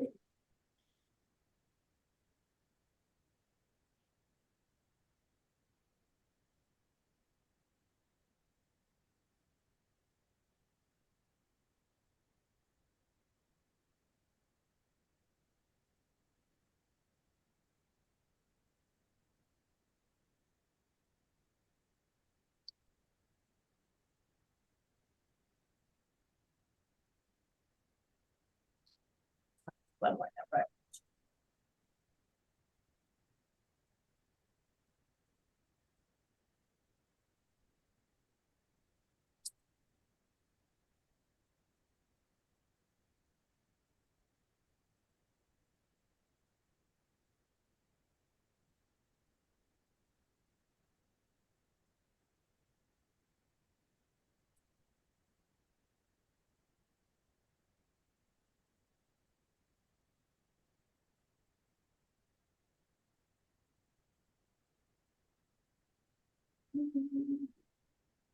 Sorry, just one question, sorry, Mr. Wong. So you just reduced the rent, but you kept the percentages of the expenses the same? No. Basically, if you go to page 10, Oh, page 10. Yes, their indicated income is 588,884. sorry, let's do that. Yeah, on page 10 on the bottom. 588? 358. Oh, 358, yeah. Sorry, I might have said it incorrectly. Yeah, that's okay. 358, Okay. 884. Yes, And applying the model cap rate against that, the estimated value is 7,107,000. okay, I'll accept it. Thank you very much. Thank you. Thank you, Mr. Wong. Might be helpful to convey these things to the appellate occasion. Might help move things along. Just say, I guess maybe we're having a bit of a hard time just sort of keeping our head above water, and so unfortunately we don't have as much time to I guess go back and forth with applicants as much as we'd like. sounds like it might be a worthwhile adventure. All right. Thank you both for that. Let's move on, Mr. Wong, to 800 Dover Court Drive. Would you like to walk us through your presentations? Yes, the subject property is 800 Dover Court Drive. The file number is 24-738. The roll number is 030-929-78555. The roll year is 2025, and the assessed value is 40,945,000. This is a residential apartment that's 5 stories high. It was built in 2013, and it has 155 suites with 104 indoor parking stalls with 128 outdoor parking stalls. On page 3 is a picture of the subject property with its location. Just near the intersection of McGillivray and Route 90.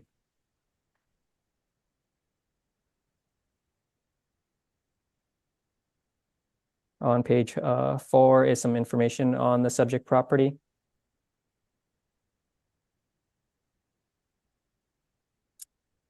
Just some information such as all suites feature open concept kitchens and living rooms with luxury finishes, including hardwood floors, stainless steel appliances, and window coverings. On page 5 is our income valuation summary. We use average rents of $1,745 to get a potential income of $3,247,000. We use a 3.1% vacancy to get an effective gross income of $3,146,000. And we used a 36% expense ratio to get a net operating income of $1,985,000. Capped at 4.85%, we have an estimated market value of $40,945,000.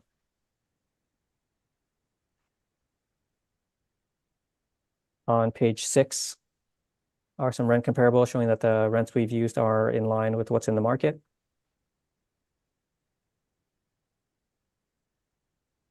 On page 7 are some comparable sales.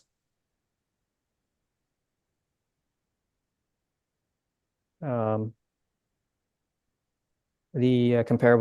two comparables, they range in value from $269,000 per unit, or sorry, $265,000 per unit to $269,000 per unit, and range from about $266 a square foot to $295 a square foot.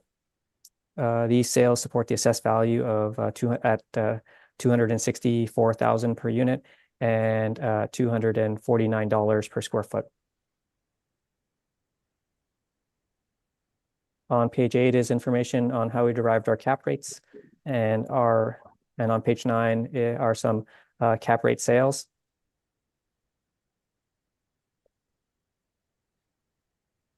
The newest property on the cap rate sales chart is 2390 McPhillips, and stabilizing that property's net operating income over 3 years prior to the sale.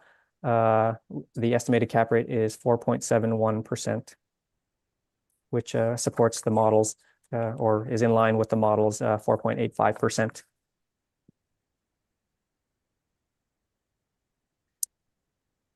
On page 11 is the income statement for the subject property. This note the vacancy on page 11 is at 33,000, which works out to about 1.15% vacancy, which is probably a little bit lower than market. And on page 12, you can see there a net operating income is about $1,979,000, which is a little bit lower than the $1,985,000 the model has estimated, but I believe it's very close, and I believe it does support the model's net operating income. So to conclude, the model's net operating income is supported by their actual income. It'd be just a tiny bit higher than what their actuals are, but the vacancy for the property is pretty low at 1.5%. The model cap rate is supported by market sales, and when you look at the overall assessed value at $265,000 per unit, it is supported by, say, comparable sales that range from $265,000 to $270,000 per unit, and the model's rate per square foot is also supported by those market sales as well. So the value is supported by their actuals and by market. I ask that you maintain the assessed value at $40,945,000. Thank you very much. Michelle, do we have questions for the assessor at this point? Yes, thank you. On page 3, the little map shows the subject property is butts up to a Canadian Tire. There's a little Canadian Tire symbol there. Do you know that if we look at the photograph and just along the bottom of the photograph, there's like sort of to the right-hand side, along the corner of the right-hand side, there's sort of a strip. If this photo went a little farther, do you know that the back of the Canadian Tire and the brick is right there, and there's a they're loading constantly there, and that's what these tenants in this side of the property will see. That's I wouldn't. I would probably agree with that. Okay.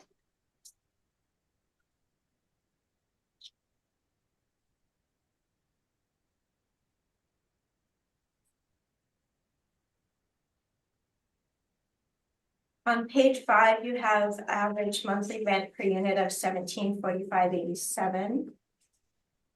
Did you consider the discounts that are provided in order to lease the suites? Or would that be the absolute maximum rent before discounts?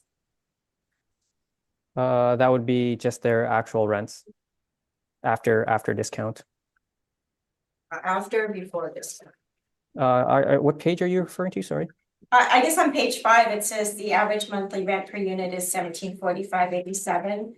Yes. And it's also on page 6. Would that be before rent discounts?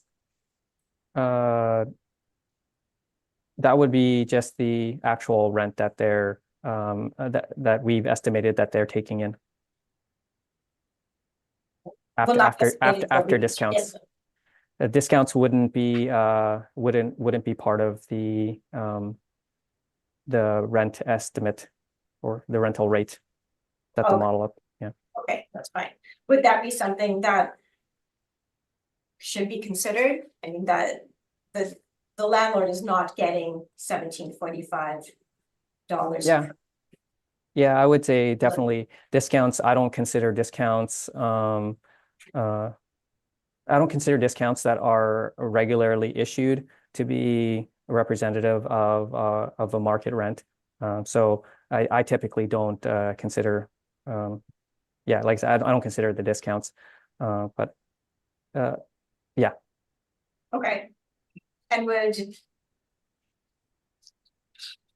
the discounts may possibly be why maybe the vacancy is lower? They're trying to keep the building leased, giving some discounts. Yeah. I'm not really too sure. I'm assuming that they give some discounts to try to encourage people to rent the property.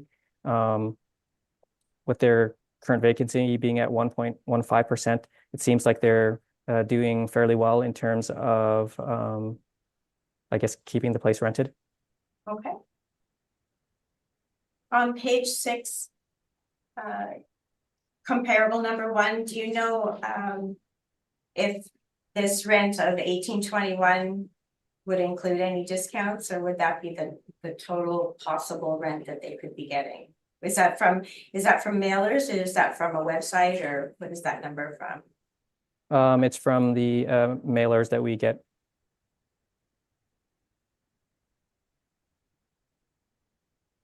Would the location of this property be possibly increase the rents? Would it be right next to U of M? Potentially not. Do you know if there's any, have you looked at the website for this comparable number 1? Would you agree that they're advertising some furnished apartments? Would this rent be for some of the furnished apartments? Do you know? I am not sure about that. On comparable number 2, are you aware of the amenities that go with this property? No, I'm not. If I was to say there's a lot more amenities than in the subject. I guess I can't ask that because you don't know, but it's in my rebuttal. Yeah. Yeah, no, I just felt that these comparables were similar age and sweet mix, so I felt that they were comparable. Right. I guess number 2 would be 6 years younger though. Brand new. Almost brand new. Yeah, it would be 6 years younger, but I don't know. As far as I can tell, it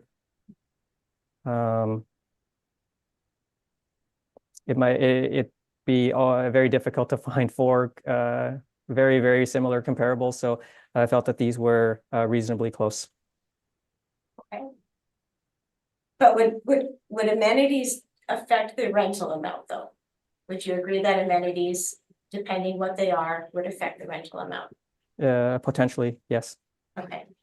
And comparable number 395 Paget. Are you aware that this is like an assisted living? Are you aware they have a number of amenities, food service, doctors come visit on site, a shuttle car? Are you aware of any of that? I'm aware like I believe they have 2 components to it. One is an assisted living section, but they also have a independent living section, and I believe the 95 Paget is the independent living section. Right. I think they have some services to if they so choose to pay for it. But with regards to the rental units, they can be in there just as an independent living unit. Perhaps okay, I'll deal with it in my rebuttal.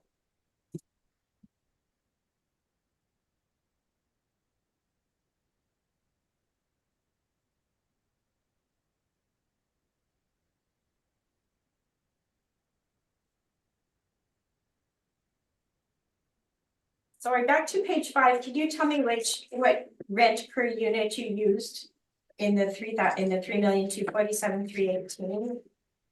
$1,745. Oh, you did use that exact number. Okay. Yeah. Okay. That's how the rent potential is calculated. Right. But I'm just not sure when it says average monthly rent, is that the actual average monthly rent because you're comparing it to other actuals on page 6, or is that the model rent 1745? I'm just trying to figure that out. It's the model rent. It's the model rent. Okay. So on page 6, under the subject, that's the model rent. That's not the actual rent of the property.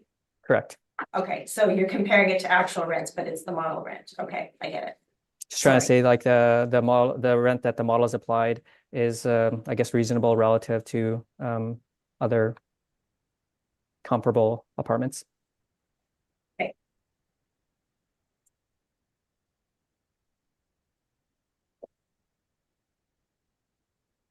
On page 7, your comparable of with 143, the first comparable in your little table at the bottom, 143 units. Are you aware that there's 3-bedroom suites in that development or that property? Yeah, it appears that there's 17 of them. Would that increase the sale price per unit if some of the units are larger units? It could potentially increase the average unit price. You could there's also some, I guess, bachelors and 1-bedrooms, which might kind of, I guess, balance things out if you're comparing it to like a 2-bedroom. Okay. And you'd agree it's 7 years newer than the subject. Basically brand new at the sale price, at the sale date, sorry. It is 7 years newer, yes, it is. And the second comparable, would it be almost adjacent to the University of Manitoba. Yes.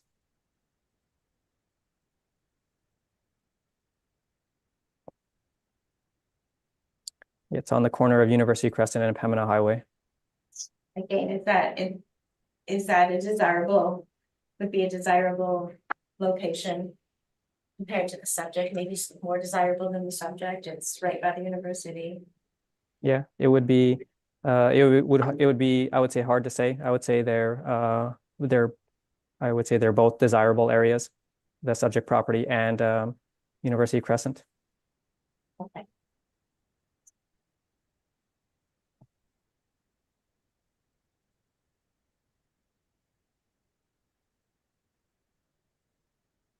I have no more questions. Thank you very much. Ms. Benner, questions? I just had one question, thank you. I'm just looking at the difference in net income Yep. between the actual and what the model has derived, and it's, I think, what, $5,000 or $6,000 difference between the two. And so I'm wondering, like, obviously the numbers are different. Is that just a result of you're balancing lower rents with lower vacancy versus higher rents and higher vacancy? Like, those numbers look to be sort of coming out pretty similar in the wash. Would you say that's accurate? Yeah. I mean, the actual income that they're taking in is lower than what the model is estimating, but the model is also estimating higher expenses. And so it ends up being a bit of a wash when you look at what the net operating income is. And so, yeah, that's why sometimes, trying to explain all the differences in all the different line items, it might not be very beneficial. Whereas like when we look at how the property operates as a total, it might sort of make things a little bit simpler. And at the same time, still maintain a reasonable level of accuracy. And That was all for me. Thank you. Thank you very much. Ms. Knight, questions? I do not. And I do not have a question at this point either.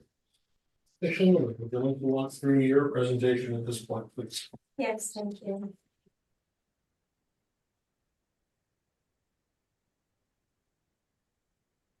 Okay, the property is located in Linden Ridge, and one side of the two buildings that create an L shape, one side looks at the back of Canadian Tire and the other looks at the Keg. It's not completely in a residential setting, but it's fine. It has some underground parking and some service parking. Underground parking is a higher expense. And but I guess all the comparables have that as well.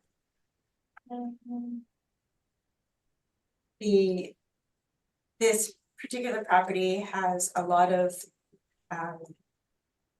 the majority of the tenants actually are international students. They're either attending the MITT school, which is located right there, and U of M. So we found that students, they tend to be harder on apartments than longer term tenants. They're going to be there for a year. They don't care as much about taking care of their living space because they're not going to be there in a year, and they're busy studying. So it's hard for them. Longer term tenants tend to take care of their buildings, their apartments more because they're there. It's their home. It's not just a stop. So we have found that cleaning, painting, and repairs are required on every single move out. And there's high turnover. The vacancy is low, but there's high turnover. And every time there's turnover, we have to make repairs. We have to paint. We have to fix things that are broken, and so it's more costly because of the turnover.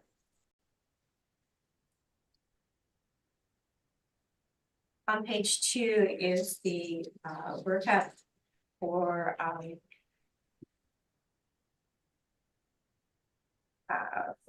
the annual income. Is based actually on actual and vacancy at 3.1, which is market. And operating costs of $1,085,000 is 36.89%, and net operating income of $1,856,802, capitalization rate at 4.85, and the market value is $8,285,000. As I mentioned before, the actual rent after discounts is what's needed to keep these suites leased. And so it works out to $1,632 per unit per month, which isn't too far off from one of the comparables provided by the assessor on Chevrier at $1,674. Comparables that are in similar locations and closer in age to the subject property, 1515 Ward, built in 2020. One bedroom is 1,500, two bedrooms 1950, 180 Roslyn.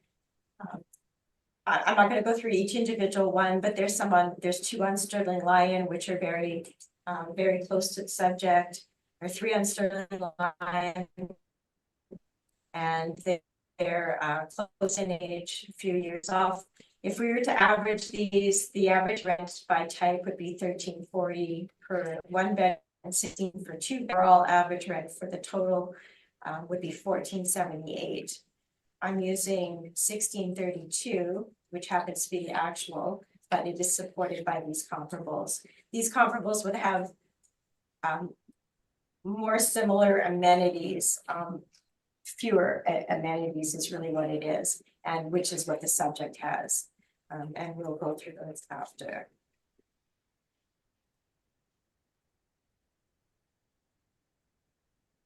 So I guess this main issue is using 1632 per unit versus the 1745 being used by the assessment department. I've used the vacancy rate of 3.1. It is the market vacancy rate, not the actual for this particular year. But this is one particular year. So, you know, another year could be 3% or 6% or 5%, depending on. Going forward, we understand that the international students being accepted into universities, the cap of how many students is getting reduced. So we're expecting to see a higher vacancy coming in this property because we know that the federal government passed that they're going to accept less international students this year, in the coming years. The expense ratio is the same as the assessment department at 36.89. And the capitalization rate is in accordance with the assessment department at 4.85%. And we request the value to be $38,285,000. That's everything. Thank you. Questions, Mr. Wong? I guess would you agree that their income from 2022 is about like $1,980,000?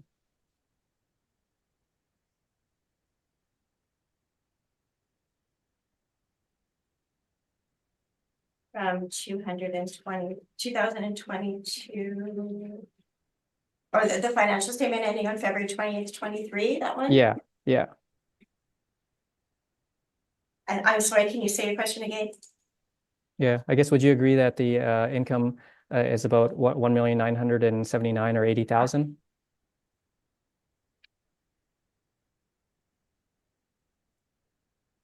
I'm sorry, you're looking at page 11 of your own brief.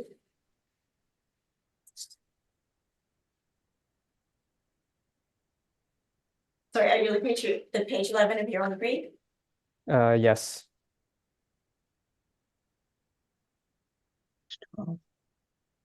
The total revenue? Page 12. The net Page income. Page Oh, the 12 net net. income, yes, I'm sorry. 1,979,000, yes. And but I guess you're valuing at a net operating income of 1,856,000. Yes. Okay, thank you. That's all my questions. Thank you, Mr. Wong. Ms. Knight, questions? My question was asked and answered. Thank you. Thank you very much. Ms. Penner, questions? No questions for me, thank you. Thank you very much, and I have no questions at this point. Any final, oh, sorry, we have rebuttal, Yes. please?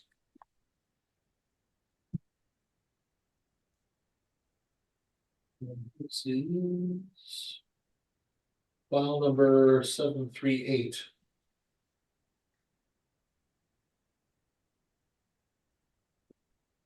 Go ahead, Trina. Oh, sorry. I'm good. Sure, everybody got the file, yes?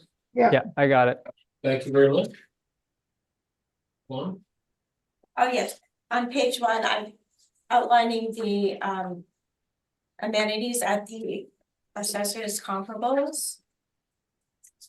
On 70 Bison Drive, you can see there's ping pong room, recreation room, social room, tenant lounge, guest suites, which is a draw for when you have a guest, they can rent a suite, and uncharacteristically large units. The subject property has a tenant lounge. Sorry, 1 second. The subject property has a tenant lounge.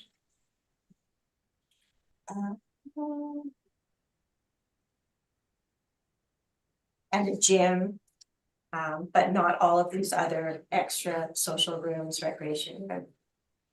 The 835 Sterling Lion, again, has a social room, a pet wash, outdoor fire pits, resident terrace, designated dog run, indoor car wash. So those are all things that they don't charge for, but the rents are higher because of that. You know, they don't charge for the pet wash or the car wash, but it's there for them to use, for the tenants to use. 95 Page, the amenities of theater room, a cafe, breakfast and dinner is offered, but yes, I'm sure they have to pay for that, but it's an option that's there, so that increases the rent. Dining room, guest suite, there's a hairdresser on site. I mean, a hairdresser is not included in the rent, but it's an amenity that will increase rents because, you know, these types of tenants are looking for, you know, they can get everything taken care of where they live. They don't have to go away. There's a shuttle bus, dinners, sunrooms, healthcare professionals. There's a store, there's a library, and there's offer of weekly housekeeping. I happen to know several people that live at 95 Page, and I do know that they have all of these things, and perhaps, I'm not sure, I don't know that there's that many that are actual just pure rentals, because the people I know that live at actually 95 Page have all of these things. So that was just my what I wanted to point out, that this would increase the rents to you know, much higher than the subject, what the subject would achieve. And 1060 Chevrier has the townhouse style, which is different than the subject. So I just pointed that out. Again, the sales, the sale values were all higher than, or all younger, much younger by 7 years than the subject.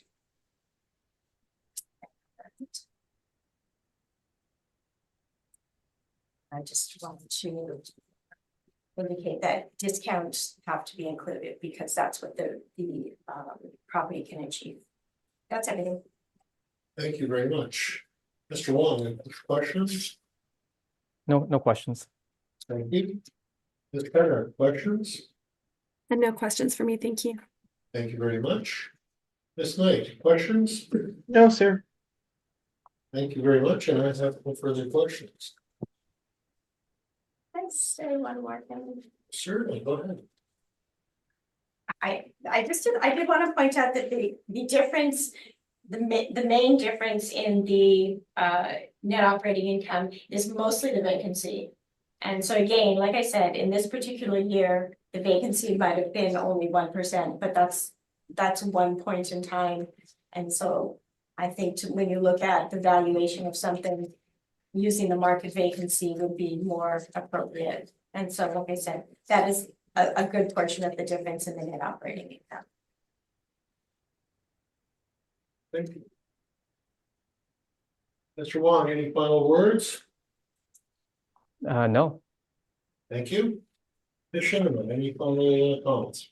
No, that's everything. Thank you very much. Thank you. Thanks very Um, much. We've heard all the items scheduled and the hearing is now adjourned. Thank you very much for your time and patience. Yours as well. Yours as well. Thank you very much. Thank you all. yep, thank you. Thank you to the secretary and the panel members and Ms. Schindelman. Have a good night. Well, we Thank settled you. one.